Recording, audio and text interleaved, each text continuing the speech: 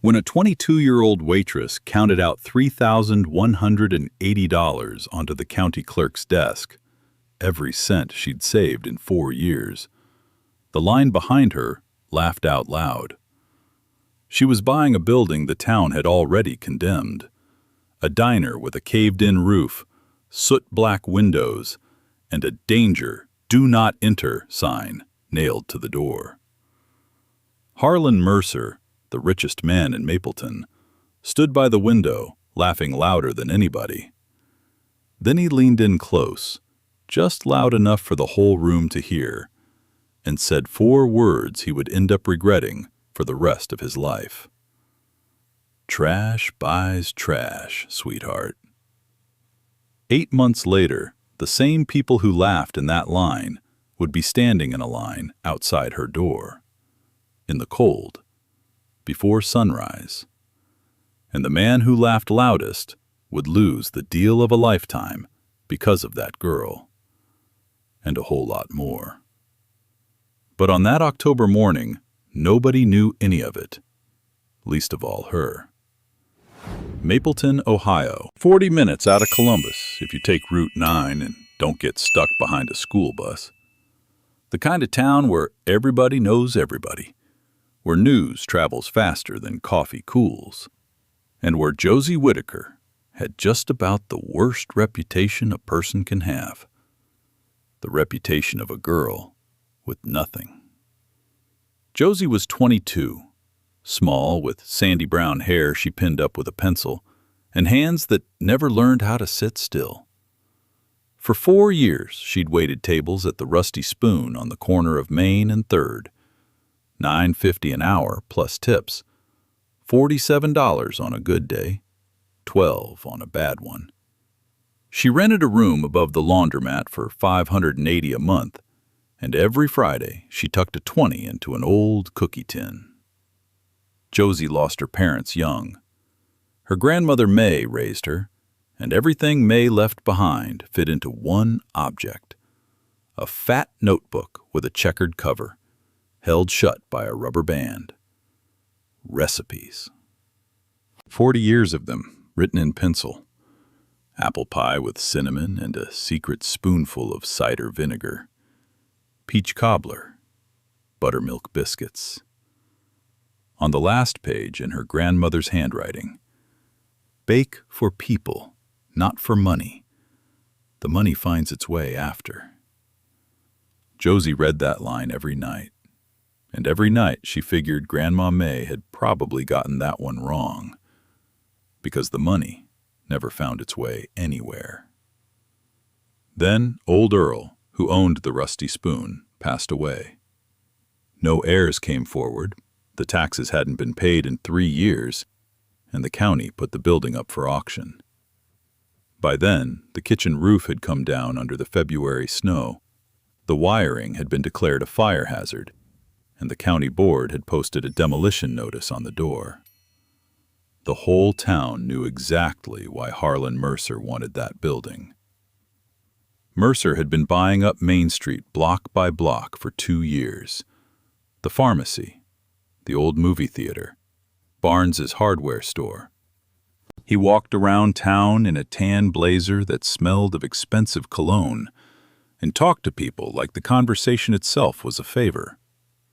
And Mercer had a contract, a big one, $2 million, with a highway restaurant chain called Heartline. Heartline wanted into Mapleton, but they needed the whole corner of Main and 3rd. The whole corner, including the Rusty Spoon. Mercer planned to pick it up at auction for the opening bid. Who in their right mind bids against him on a ruin? Nobody did, except the waitress who'd spent 4 years of her life inside it. To this day, Josie can't quite explain what came over her that morning. She'd come to say goodbye to the place, nothing more. Then the clerk called the opening bid, $3,000, and Josie's hand went up all on its own. Mercer turned around, saw who was bidding, smirked, and let her have it. Why not? In a month, the demolition order would go through anyway, and the girl would be left with a pile of brick and an empty cookie tin. He'd even save himself some money. Trash buys trash, sweetheart. Laughter down the line. A red stamp on the paperwork, and there stood Josie in the middle of Main Street, holding the key to a building she was legally forbidden to enter. For 40 years, the cook at the Rusty Spoon had been a man named Walter Boone. He was 74. When the diner closed, Walter was left alone in his little house on Mill Road. No job, barely any pension, and nothing to fill the days that used to start at 5 a.m. The town wrote him off the way you write off an old stove. His son kept calling about Florida, and Walter kept saying he'd rather lie down in Ohio dirt than Florida sand. Josie brought him supper, not because she expected anything, but because every Thursday for 4 years Walter had made her pancakes before her shift and called her Sparrow. She'd bring soup in a mason jar, they'd sit on the porch, and Walter would tell her things about that diner nobody else alive knew. How Big Earl, Old Earl's father, built it in 1961. How the cast-iron griddle was custom poured in Pittsburgh. How Big Earl kept every paper on that building in perfect order. Not like folks nowadays. "You bought it?" Walter said when she told him about the auction. He was quiet a long while, looking at her over his glasses. Then he said, "All right, listen. A demolition order can be appealed if you fix the violations inside 60 days. Roof, wiring, water. You make it, the building stands. You don't."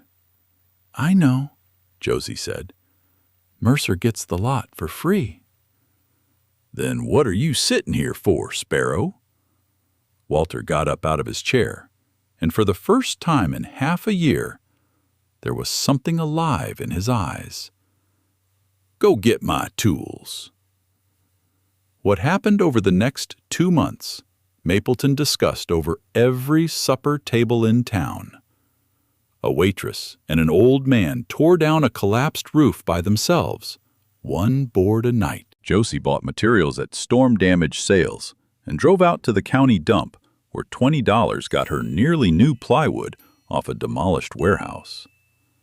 Dale, a veteran carpenter whose coffee cup Josie had been refilling for free for 2 years, showed up one Saturday for a couple hours and stayed till the end.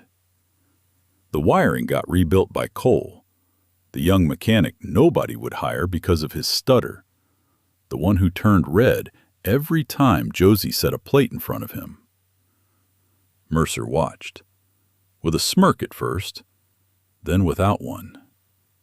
He came up to her in November, right on the street, in front of the crowd outside the grocery store. "$10,000, he said. "Right now. That's triple what you paid. Take it while I'm feeling generous." "Thank you, Mr. Mercer," Josie said. "But the roof's not finished." "Sweetheart." Mercer leaned closer, and his voice went quiet and cold. "You don't understand who you're dealing with. In this town, I decide what stands and what comes down."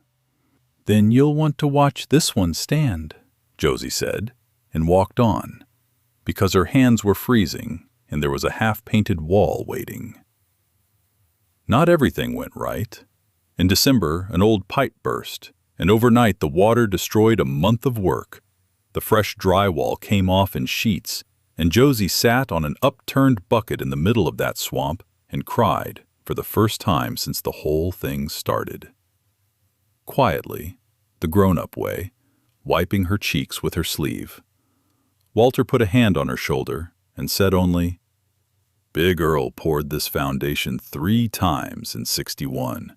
3 times, Sparrow. Water drains. A foundation stays." The first batch of apple pies from her grandmother's notebook, Josie burned. The old cast iron ran hotter than the little oven in her room. The second batch came out dry. On the third, Walter took the notebook from her hands, read it, huffed, spoonful of vinegar. May knew what she was doing and showed her how cast iron holds its heat. The fourth batch they ate standing up, burning their fingers, and Walter said that in 40 years at that griddle, he'd never tasted anything better. The county board signed off on the repairs 4 days before the deadline. The inspector checked the wiring 3 times, looked at Josie over his clipboard, and said, "Never thought I'd say this, Miss Whitaker, but congratulations." Josie's Diner opened the second Saturday of March. Day 1, 11 customers, most of them out of pity. Day 2, 7. Then, 3 weeks in, Josie's apple pie took first place at the county fair, beating a bakery out of Columbus, and a trucker they called Big Ray filmed himself eating a slice on the hood of his rig, groaning like a man in church. By Friday, the video had 400,000 views. By Monday, truckers were pulling off Route 9 in convoys, and the line at her door started forming at 7 in the morning. The same people from the auction line now stood in line for pie. In the cold. And they stood. And then Harlan Mercer struck. In April, Josie got a letter on heavy paper. Mercer's lawyers were informing her that, according to a new land survey, the parking lot and the rear delivery lane used by the diner sat on Mr. Mercer's parcel. No parking, no delivery access, no code compliance. A copy had gone to the town council along with a motion. Declare the property non-conforming and put demolition back on the table. Hearing in 3 weeks. The survey had been done by a surveyor out of Columbus, Mercer's cousin, though Josie wouldn't learn that until later. The flour supplier called a day later, apologizing. He'd been strongly advised to reconsider his routes. The bank where Josie had asked about a small loan for a second refrigerator suddenly stopped returning calls. And Mercer came in person, sat at the counter, ordered a coffee he didn't drink, and laid a paper in front of her. $15,000, he said. Final offer, sweetheart. After that hearing, your ruin won't be worth a dime. I told you from the start, trash buys trash. Sign it, and we part ways nice and clean. Josie stared at that paper longer than she'd ever admit. She had $412 in her account. Lawyers cost $200 an hour. And across the table sat a man who'd gotten everything he'd asked from that council for 2 straight years. She didn't sleep for 2 nights. On the third, she walked out to Walter's porch, just to sit, and told him everything. Walter listened without a word. Then he got up, went inside, and rattled around in the back room for a long time. He came back carrying an old tobacco tin, dusty, with a rusted latch. "Big Earl," he said, "left me his papers before he passed. Told me, 'Walt, you're the only one who won't throw things out.' Well, I didn't. 40 years I've kept this box and never once had a reason to open it. Inside, under a yellowed insurance policy and a photograph of the diner from 1961, lay the original plat of survey, dated 1958, county seal, surveyor's signature, recording number. And there it was, in black and white. The strip of land under the parking lot in the rear lane belonged to the diner's parcel. Recorded. Registered. County Plat Book 14, page 203. "If it's recorded," Josie said slowly, "then the county archive has the duplicate." Which means Mercer's survey is drawn from imagination, Walter finished.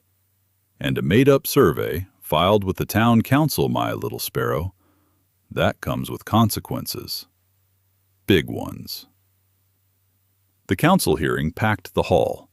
Mapleton hadn't seen a crowd like that since the fight over the school stadium. In the front row sat two men in matching gray suits. Heartline representatives come to watch their future corner get cleared. Mercer shook hands and smiled like a man collecting a trophy. His lawyer spoke for 20 minutes. Survey, code, nonconformance, motion to demolish. It all sounded smooth as fresh asphalt. Then it was Josie's turn. She stepped up, wearing the same dress she'd worn to the auction, and said the person speaking wouldn't be her. Walter Boone walked to that podium the way a man walks who gave a town 40 years. He set down the tobacco tin, then the original plat, then a copy from the county archive certified that very morning. Mrs. Caldwell, the county clerk, the same woman who'd taken Josie's $3,000 at the auction, stood up and confirmed it. Book 14, page 203. The plat is authentic. The boundaries match. The strip belongs to the diner's parcel. Has since 1958. The room went very quiet. Then it would appear, said the oldest member of the council, looking at Mercer's lawyer over his glasses, that the survey you filed with this body contradicts the county's recorded plat. Mr. Mercer, you do understand that filing a knowingly false survey with a public authority is no longer a property dispute. That's a matter for the county prosecutor.